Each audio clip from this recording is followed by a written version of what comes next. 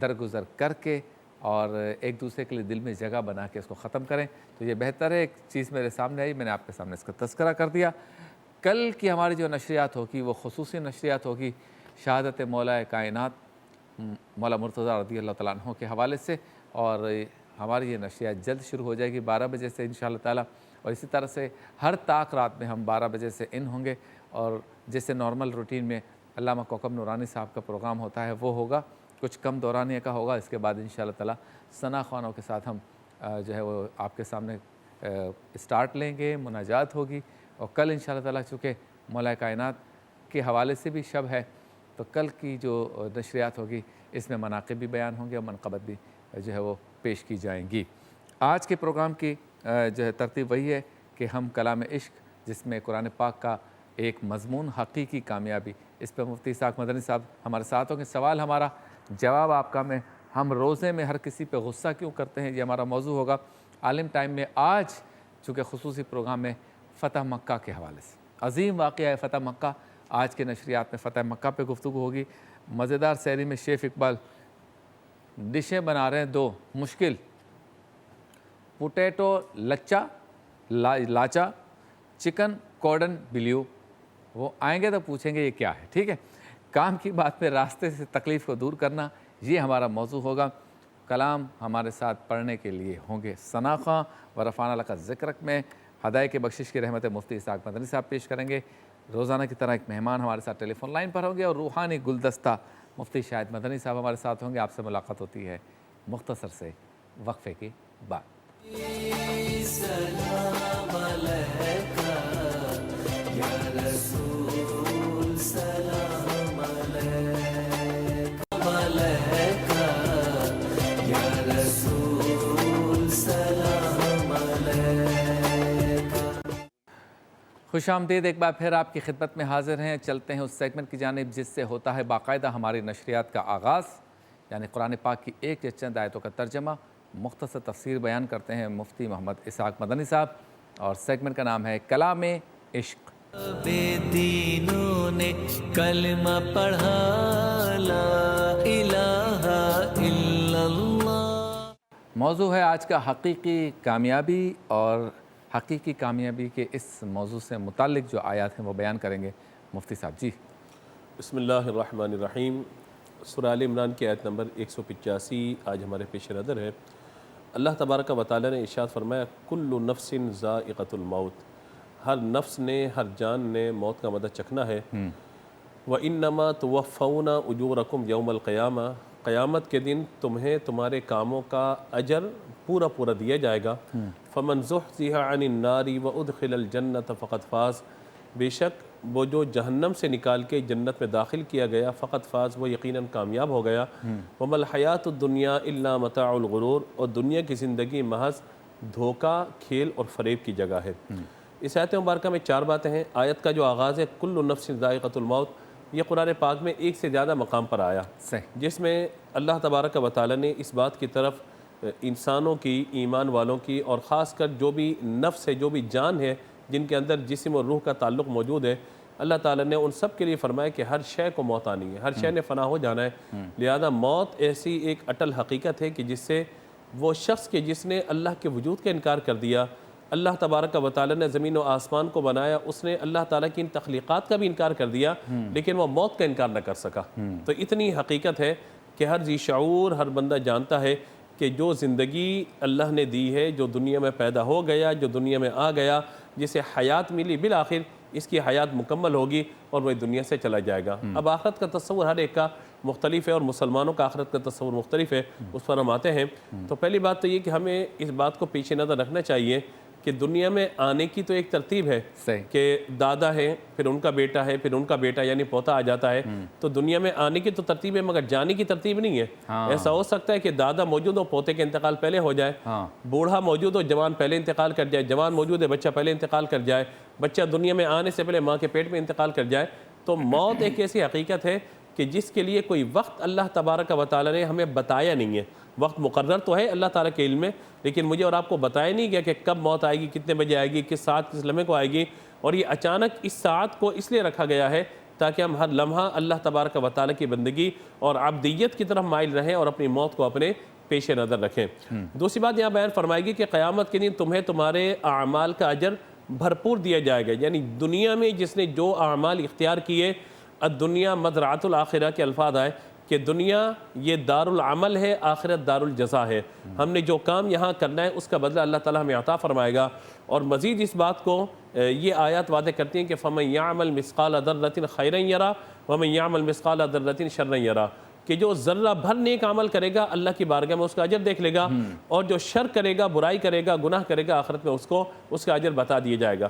اب یہ اللہ تبارک و تعالیٰ کی رحمت اور مشیت پر موقوف ہے کہ اللہ تبارک و تعالیٰ اس کے گناہوں کو معاف فرما کر اسے اپنی رحمت سے جنت عطا فرما دے، یا اللہ تبارک و تعالیٰ اس کی نیکیوں کو قبول فرما کر اپنی رحمت سے اسے جنت عطا فرما دے۔ جنت ملے گی کسی نیک عمل سے نہیں، اللہ کے فضل سے ملے گی، اس کو پیش نظر رکھنا چاہیے۔ لیکن ہاں، رمضان میں عبادت کرنے پہ، قرآن کی تلاوت پہ، نماز پر اور دیگر اعمال پر جنت کی بشارت دی گئی ہے، تو ہمیں اس پر غافل نہیں ہونا چاہیے، اور اللہ تعالیٰ کی رضا کے لیے ہمیں کوشش کرتے رہنا چاہیے کہ جو اجر ہمیں عطا کیا جائے گا۔ اور حقیقی کامیابی کیا ہے؟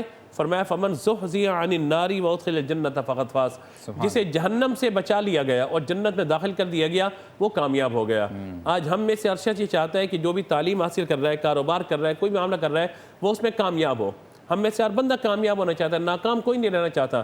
میں کہوں کہ میں ٹرانسمیشن کر رہا ہوں بھی یہ ناکام ٹرانسمیشن ہو یا کامیاب ہو، جواب ہے کہ یہ بڑی کامیاب ہونی چاہیے۔ اسکول میں بچے پڑھ رہے ہیں، کالج میں، اگرچہ آن لائن ہے سب چیزیں، لیکن وہ کہتے ہیں ہمارا رزلٹ ایسا ہو کہ اس کے اندر ہمیں کامیابی ملے۔ تو یاد رکھیے کہ اس دنیا کو ہمیں دیا گیا برتنے کے لیے، متاع کے لیے، استعمال کے لیے۔ اس دنیا میں رہتے ہوئے ہمیں اپنی آخرت کو بہتر کرنا ہے، اور ہمارے پاس وقت اتنا کم ہے کہ ہمیں اس کم وقت کے اندر اپنی سانسوں کی گنتی کو پوری کرنے کے ساتھ ساتھ وہ اعمال کرنے کے جو ہمیں جہنم سے بچا کے جنت پہ داخل کر دیں۔ یقیناً جو شخص العیاذ باللہ جہنم میں گیا وہ تباہ و برباد ہو جائے گا۔ اور حضور صلی اللہ تعالیٰ علیہ وآلہ وسلم اس دعا کو کیا کرتے تھے، جس طرح فرمایا گیا اللہم انی اسألک الفوز بالجنت والنجات من النار، یا اللہ میں تجھ سے کامیابی کے ساتھ جنت کا سوال کرتا ہوں اور جہنم سے پناہ طلب کرتا ہوں۔ قرآن نے بھی ہمیں یہی تعلیم دی، کیا ربنا آتنا فی الدنیا حسنہ وفی الآخرۃ حسنہ وقنا عذاب النار۔ آپ دیکھیں قرآن کی آیات بار بار جہنم سے پناہ طلب کرنے اور جہنم کے عذاب سے بچنے کی دعا کی تلقین کرتے ہیں، اور ابھی آخری عشرہ جو شروع ہونے والا ہے یہ جہنم سے آزادی کا عشرہ ہے۔ تو جو مشہور دعا ہے اللہم اجرنی من النار، یا اللہ مجھے آگ کے عذاب سے بچا، تو پھر اپنے ساتھ ساتھ تمام مسلمانوں کو جمع کر لینا چاہیے اللہم اجرنا من النار۔ اور پھر تراویح کے بعد بھی ہم دعا پڑھتے ہیں اللہم اجرنی من النار، یا مجیرو یا مجیرو یا مجیرو، اے بچانے والے، اے بچانے والے، اے بچانے والے، مجھے جہنم کی آگ سے بچا لے۔ تو ہر بندے کو دعا کرتے رہنا چاہیے۔ کہا جاتا ہے کہ جہنم کی آگ اتنی سخت ہے کہ دنیا کی آگ جسے 70 پانیوں سے دھو کر دنیا میں بھیجا گیا، یہ آگ بھی جہنم کی آگ سے پناہ طلب کرتی ہے۔ تو اتنا سخت معاملہ ہے جہنم کا۔ اللہ تعالیٰ ہمیں اپنی رحمت سے اور عافیت کے ساتھ اللہ تعالیٰ جنت میں داخلہ عطا فرمائے، اور عذاب جہنم سے ہمیں، ہماری نسلوں کو سب کو محفوظ فرمائے۔ آخری بات بیان فرمائے گی وَمَا الْحَيَاةُ الدُّنْيَا إِلَّا مَتَاعُ الْغُرُورِ، کہ دنیا ایک دھوکے کی جگہ ہے۔ کیا مطلب ہے دھوکے کی جگہ؟ یعنی ہمیں جو نظر آ رہا ہے نا بہت سارا، لمبی عمر، لمبی امیدیں، طویل خواہشات، کہ طویل یہ سارے معاملات میں کر جاؤں، لیکن ایک ہچکی جب رکتی ہے سارے کا سارا معاملہ ختم ہو جاتا ہے۔ وہ خلیفہ ہارون رشید کے پاس ایک عالم صاحب موجود تھے، خلیفہ نے پانی پینا چاہا تو انہوں نے کہا کہ بادشاہ اس پانی کی وقت آپ کی نظر میں کیا ہے؟ اگر پیاس لگے آپ کو اور پانی نہ ملے آپ کیا کریں گے؟ تو خلیفہ نے کہا میں آدھی سلطنت دے دوں گا واللہ، اور اس پانی کو لے لوں گا۔ تو کہا کہ اگر یہ پانی جسم میں چلا جائے اور باہر نہ نکلے اور جسم کے اندر جامد ہو جائے اور باہر نہ نکل سکے، کہا واللہ میں اپنی آدھی سلطنت دے دوں گا کہ مجھے اس عذاب سے نجات مل جائے اور یہ جسم میں نکل جائے۔ کہا کہ اس سلطنت پر جتنا تکبر کرنا ہے کر لیجئے، اس کی اوقات فقط ایک گلاس پانی کی بھی نہیں ہے۔ تو یہ ہے وہ دنیا کی زندگی۔ آج ہم اچھی آسائش چاہتے ہیں، جو ٹھیک ہے دنیا میں رہتے ہیں، ہمارا حق ہے مال حلال سے، اگر ہے اچھا لباس مال حلال سے ہے تو حق ہے آپ کا، آپ کیجئے، اچھی گاڑی ہے، اچھا رہن سہن ہے، اچھی زندگی گزاریے، لیکن اس ساری زندگی کو گزارنے کے لیے اپنی آخرت کو داؤ پہ مت لگائیے۔ یعنی وہ مال جو کما رہا ہے حرام اور بچوں کو دے رہے ہیں تو بچہ پھر نافرمان ہی بنے گا، اور خدا نخواستہ اس مال حرام کی وجہ سے اگر آخرت خراب ہو گئی اور خدا نخواستہ جہنم مقدر ہو گیا تو پھر آپ کامیاب نہیں بلکہ ناکام ترین شخص ہوں گے۔ تو ہمیں دنیا میں رہتے ہوئے اپنی حقیقی کامیابی کی طرف توجہ کرنی چاہیے کہ اللہ تعالیٰ سے ہمیشہ دعا کریں یا اللہ ہمیں قناعت کے ساتھ حلال طیب آسان روزی عطا فرما اور اپنی رحمت سے ہمیں داخل جنت فرما۔ بہت خوب، حقیقی کامیابی زبردست مضمون تھا آج، اور قرآن پاک سے